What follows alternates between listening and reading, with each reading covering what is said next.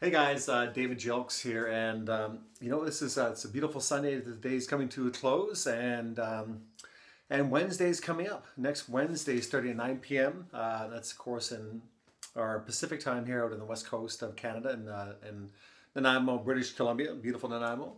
We'll be starting the I Am Project 8-week series. Now it's interesting. Over the 8 weeks, we're going to explore topics like wellness, spirituality, family, romance, career, finances, and contribution. So again, the topics we're going over: wellness. And when we think about wellness, we're talking about it's not about just physicality. When we speak about wellness, we're talking about our physical well-being, our mental well-being, emotional stability. Are we well? And it's a really kind of broad topic. And the reason why we chose the term wellness, because we want you to decide what wellness means to you rather than calling it fitness, because fitness tends to categorize and narrows the whole field of vision when it comes to that topic. So wellness is really a broad topic, and we want you to explore it in the manner that it means to you. So we'll have one full session just talking about wellness itself. And so as we go through the process, when we talk about wellness, when we go through the conversation, and this is a really important part to understand about the program, you're not divulging anything. You're not bringing up skeletons. You're not laying your sins on the table. This is in the privacy of your own mind. What I'm going to do is be able to give you the tools to be able to actually play around with the thoughts and ideas and concepts in your mind, and give you some really cool tricks and strategies on how to manipulate and how to rewrite history, how to rewrite or reframe how you think about the life that you led, how you think about your vision of wellness. So for example, when people are struggling with wellness when it comes to weight, which is of course it's a very big issue nowadays.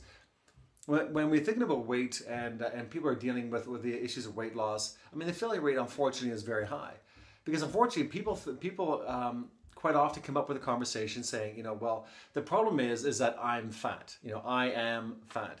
But the challenge is, it's that you can't be fat. You can only have fat. And when having body fat, of course, it was generally brought on for the most part by a series of behaviors. Unconscious behaviors, but a series of behaviors. If it took a series of behaviors to put weight on, wouldn't it make sense that we could actually backtrack to those behaviors to take it off?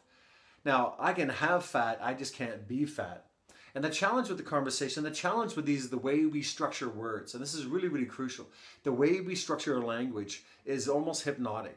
Because when you say, I am fat, it's just imagine a director for a movie set, and he's going, cue the fat guy, right? And you expect this guy to come out of a double-wide trailer with a stain on his wife beater and a beer can in his hand. We really paint these really weird ideas about what things mean, and words are very, very powerful.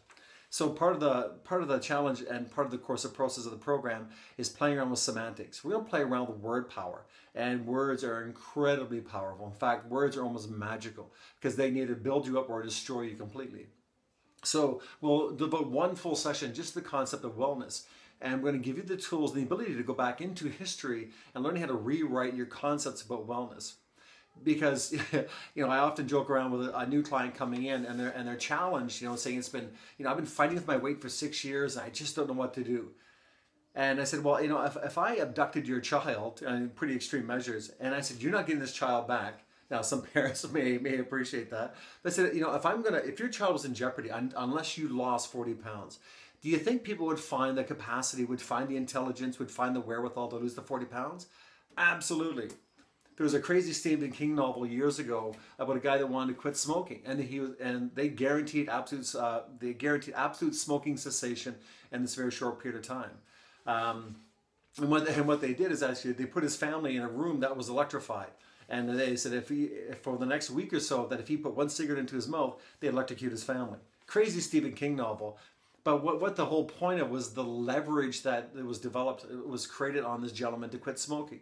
Now, I'm not saying that we're going to use we're not going to use torture methods to get you to move, but we're going to use your own power and use your own intelligence. We just got caught up in the hypnosis of our own language and the repetition of silly comments and conversations. And of course, when you look around this day and age, there's so many things going on. We got caught up in the daily conversations of negative thinking, right? So it's an unfortunate part process. When we have one whole topic on spirituality. And spirituality I chose over Christianity. because spirituality actually encompasses a broad scope and a very broad philosophical point of view. It can be Christianity if you're a Catholic, if you're a Protestant, you're an Anglican, whatever your belief system is. It's really important to nurture that. And I find in North American culture, quite often we haven't taken the opportunity, because lives are going at it. It's a breakneck pace to really explore that spiritual part of ourselves. And I know for myself, I have a real curiosity and a yearning to wonder what happens as life comes to an end. And and there's just something more than what I see around me. So again, the conversations are personal. My job is simply to facilitate the journey into your own mind, so to walk you through and give you the tools to go back and start pulling these ideas open and exploring them. Because honestly, I think wellness as a topic, if I'm well, physically well, mentally well, emotionally well, then I think my life's going to be pretty good. If I think if my concepts of spirituality, if I explore the concept of spirituality, make a decision, or at least be enlightened onto what spirituality means to me, then the likelihood is that I'm going to actually have this essence. I'm going to have this hope for something other than work hard, pay taxes, grow old, and die. All right. And I think it's a big yearning in all of us. I think it's an innate desire for people to understand, or to have some sort of reckoning with the whole concept of spirituality. And we'll let you explore it. And again, it's a real beautiful exploration. And again, it's in the privacy of your own mind. You're not divulging anything. The concept of family. And again, family relationships, family drama, family connections. It's powerful. It can be beautiful, and it can be destructive all in one. So again, but it's a big part of the dynamics that make up our life, and being able to understand what is it that we want from our family. I mean, what is the primary emotions that I'm looking for? And the idea of connection and love may be a big part of what we're looking for when it comes to being connected to our family. So it's just the exploration. What if we have misgivings over, we haven't talked to a sibling in 15 years? And, quite often you'll hear somebody saying, I haven't talked to my brother in 10 years. And unfortunately, my brother died. He died of cancer, and I never got a chance to say I loved him. Sometimes we hang on to petty grievances, and we've just never taken the time to sort it out and kind of clean up all those mistakes from yesteryear. So again, when you're looking at family, we can look at how we really wanted our family relationships to be. What was the feeling surrounding them?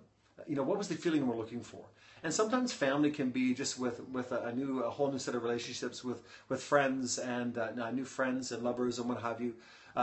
My family relationships, I'm not really close to a lot of my siblings because we've had a very chaotic lifestyle growing up, and we never really connected all that well.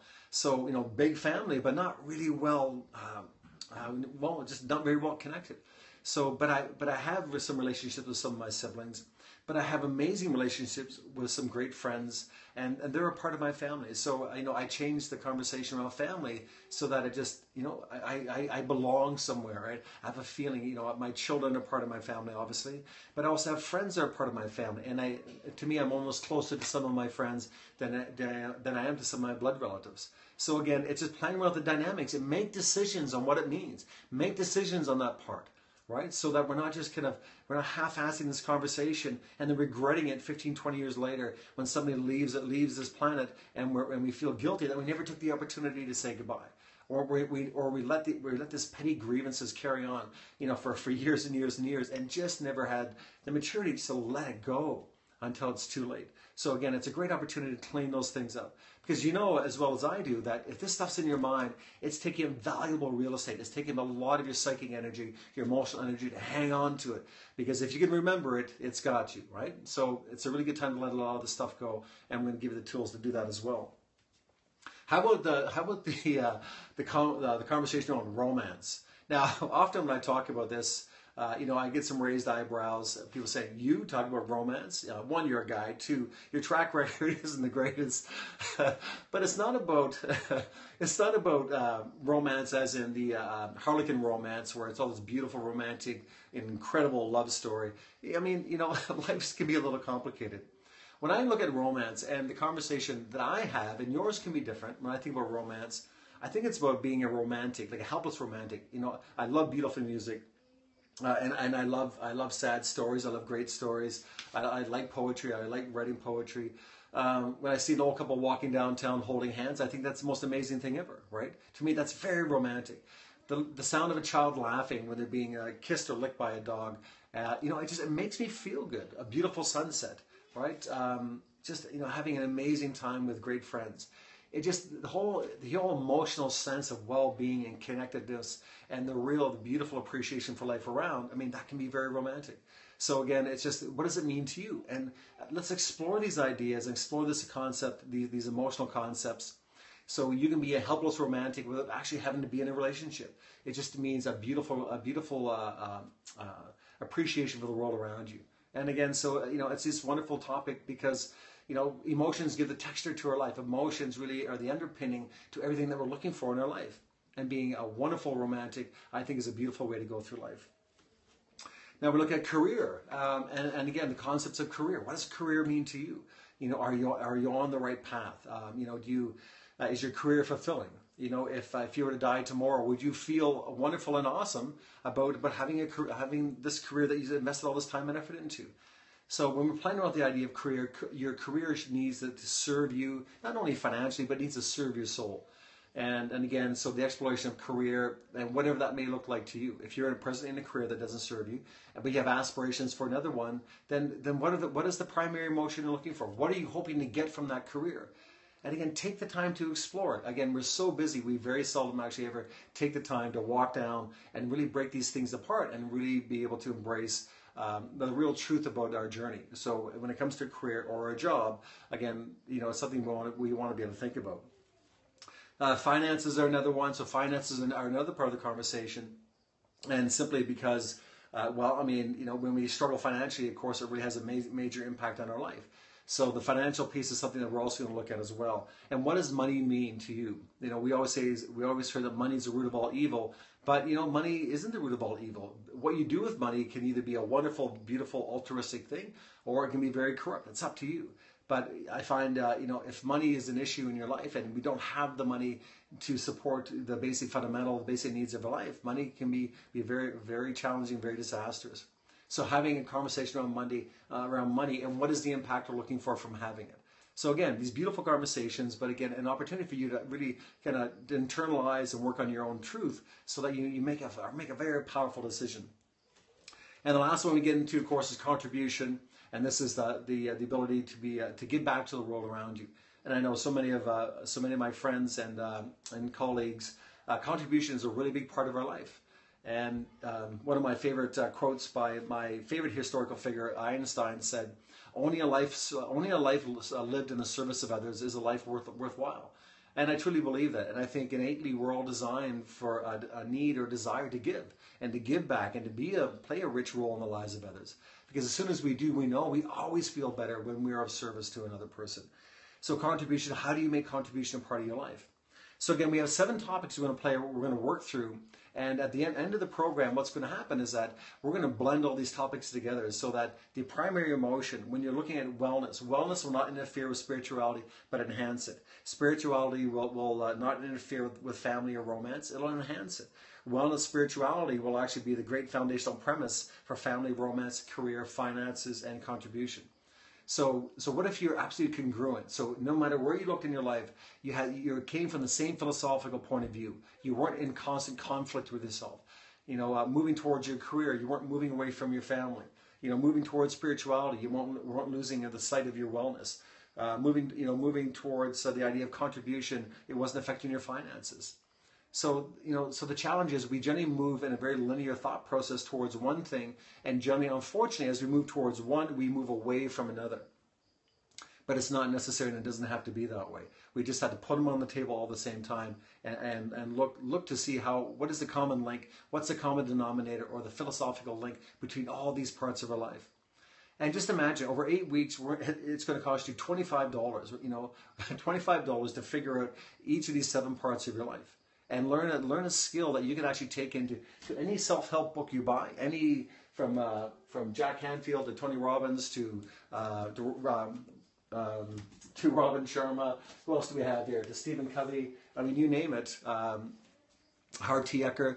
All these authors, they're all just kind of saying the same thing. They talk about mindset, but what they haven't told you is the mechanics of mindset. And this is really the exploration I'm really privileged to take you through. So just think, $25 to figure out wellness, $25 to understand spirituality. So it's going to be a real amazing event, and more than I'm so excited to take you guys through it, because it's been such a passion of mine, and I've been working with people locally on a one-on-one basis, but be able to get out there and have a greater outreach and really show you how simple this can be. And, you know, I know there's certain parts of my life, as always, you know, are a work in progress, but I'm moving forward. And my life is continuously moving forward. Far from perfect, I assure you, but always on a forward-moving trajectory, which is the whole point. So I hope you guys have an amazing weekend. And remember, you know, Wednesday, we started Wednesday night. The cutoff, unfortunately, will be on a Monday evening, because we need to set up. So we need Tuesday everybody to be on our Facebook page to get the material, to get ready, to get ready for Wednesday. So we have tonight and tomorrow are the last nights to sign up for the program. And remember, it's only $199 for the 8 weeks of video conferencing, starting this coming Monday at 9 p.m. and that's of course Pacific Coast time.